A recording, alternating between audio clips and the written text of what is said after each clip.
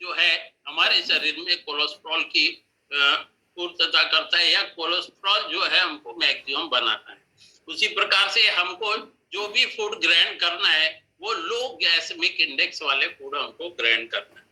तो दोस्तों यहाँ पर जो हमारे प्रॉब्लम्स जो आते हैं वो ये टॉक्सिन्स हमको कहाँ से घर कर जाते हैं।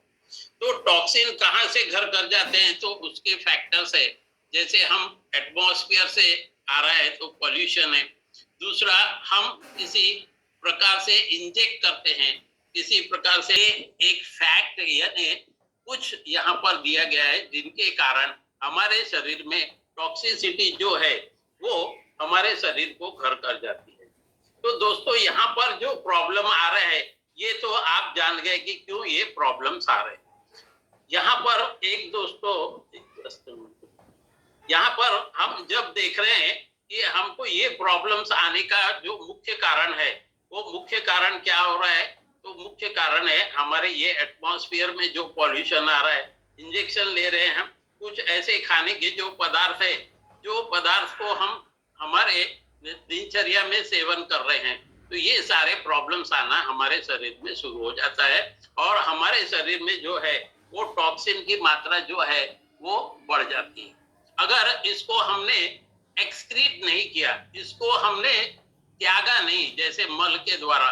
या यूरिन के द्वारा या स्वेट के द्वारा, अगर हमने इसको एक्सक्रीट नहीं किया तो ये क्या होगा, स्टोर होते जाएगा हमारे एब्डोमेन में और हमारे डिफरेंट ऑर्गन्स जो है उनको ये डैमेज करते चले जाए। अब देखिए यहाँ पर ये कैसे स्किन के द्वारा हमारे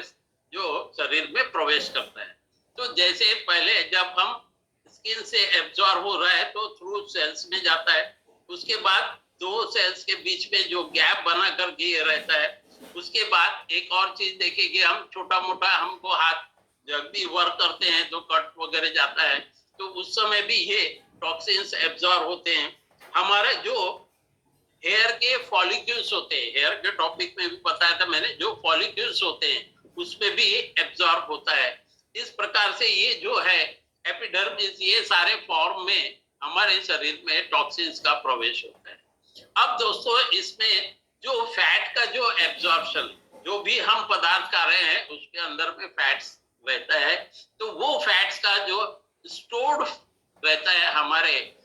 शरीर में, अगर वो एक्सक्रीट नहीं हो रहा है तो क्या हो रहा है, दैट इज उसमें बहुत सारी इम्प्योरिटीज होती है, उसी के कारण टॉक्सिन्स जो है वो हमारे बॉडी को एब्डोमेन में स्टोर हो जाता है। अब जब हम ये डाइट ले रहे हैं, ये डाइट के कारण हमारे शरीर में जो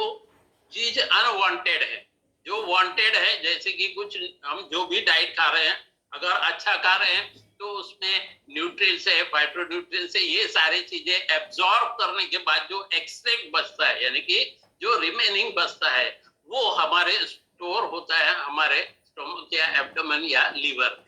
और वो अगर ज्यादा मात्रा में स्टोर हो रहा है तो देन क्या होता है दोस्तों, ये टॉक्सिसिटी आपके शरीर में बढ़ते जाती है। अब इसका क्या तरीका है, तो इसका एक तरीका है क्लींजिंग करना। जैसे हम अपने किसी भी चीज को जैसे क्लींजिंग करते हैं यानी कि साफ सुथरा करते हैं, जैसे आपने कोई बर्तन लिया, उसमें सब्जी भाजी बनाई या दाल चावल जो भी बनाया, उसको हम वैसे ही नहीं रखते, उसको क्लीन करने के बाद ही रीयूज करते। उसी प्रकार से हमारे शरीर में जो लार्ज इंटेस्टाइन, छोटी आंत या बड़ी आंत अगर रहती है तो उसको निकाल करके बाहर हमको साफ करना तो पॉसिबल नहीं है। तो हमको क्या करना चाहिए वो मैं बताऊंगा। तो क्लींजिंग के जो प्रोसेस